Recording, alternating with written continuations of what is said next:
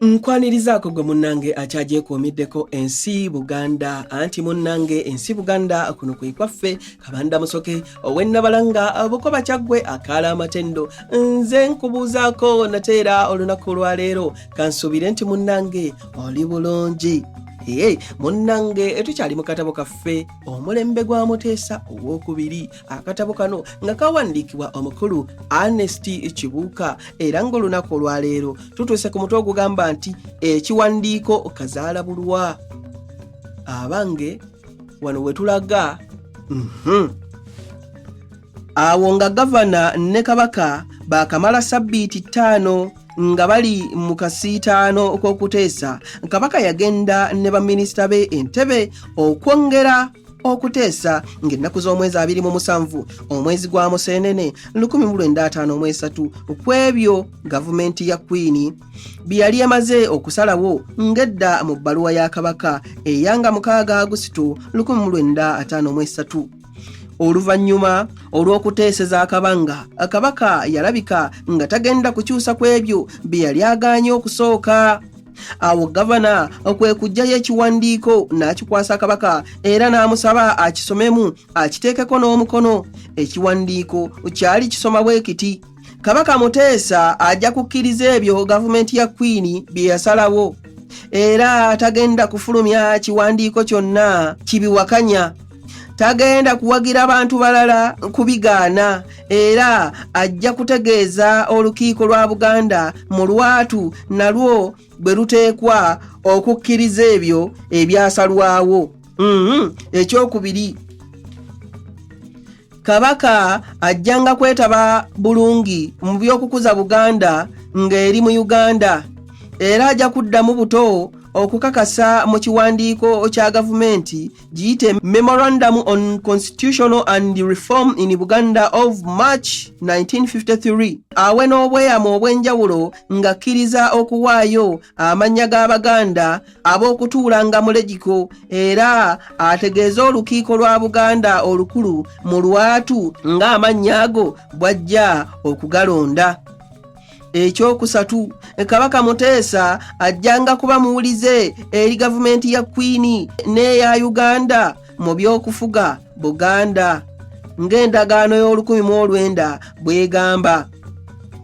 Munnange Kabaka yaddamu n'obuvumu obw'ekitalo nti yali tagenda kuteeka mukono ku kiwandiiko ekyo okuggyako ng'amaze okukyetegereza n'okukyekkaanya ne baminisita be.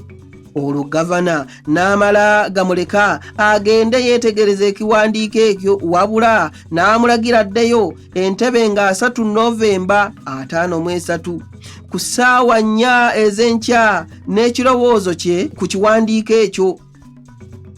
Ensonga zino zonna gavumenti ne kabaka ze baalimu okumala emyezi 6 omulamba, empaka n'obutakkiriziganya baabikuumira ddala nga byakyama era tewali yamanya nti baali kumbiranye okumala ebbanga eryo lyonna. Kabaka yamanya nti singa abantu be bamanya enkaayana ezaaliwo wakati we ne gavana nti osanga baalizeemu okukola akeediimo ng'akaaliwo mu 1989. Sinakindi ne koonoona ebintu bingi nnyo. Muteesa yali asuubirwa okuba omuwulize n'antanyega eri abafuzi b'amatwale naye n'agezaako obutaterebuka. Bwe yabaga essimu empandiike egende eri omukulu w'amatwale nga yeewozaako nga bw'atayinza kussa mukono gwe ku bweyamo obwo awatali kwebuuza ku lukiiko olukulu. Ssaabasajja Kabaka yasaba omukulu w'amatwale amuddemu mangu ng'olukiiko terunnayitibwa kuteesa. Ate enkeera ng'ennaku z'omwezi 28 Museenene 1953 Kabaka n'awandiikira gavana ebbaluwa eno gye ŋŋenda okukusomera naawe ogyewulirireko ng'amugamba nti nze ne baminisita bange tukussaamu ekitiibwa. Tukuwandiikidde ku bye twateesaako naawe jjo omala otuwa ekiwandiiko ekyali ekyekyama bwe wasaba nkiteekeko omukono nga nzikiriza ebyakirimu byonna. wali wakisa n'otukkiriza munnange okukitwala tumale okukyetegereza. Oluvannyuma lw'okukyetegereza nalabye nga sisobola kukiteekako mukono okutuusa nga mmaze okwebuuza ku lukiiko lwange olukulu. Omwana Muteesa, singa nkisaako omukono ng'olukiiko terumanyi naaba neeyonoonye nzekka mu maaso g'abantu bange nze nga kabaka waabwe. Okumala galuwa biragiro naabanga awakanya demokulase oba giyite enkola ey'ekigunjufu egendera ku nsalawo y'abantu abasinga obungi. Gavumenti ya Queen enkola gyegoberera munnange. Ssebo nkuweereza n'essimu ogimpeerereza omukulu w'amatwale amangu nga bw'osobola. Nze munnoowo Muteesa Walugembe Frederick owookubiri. N'agiwunzikiraawo. Nze ate nnyinza okubyongerako.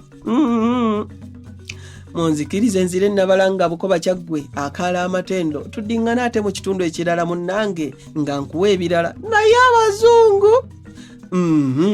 Ayi Katonda akuuma Namulondo.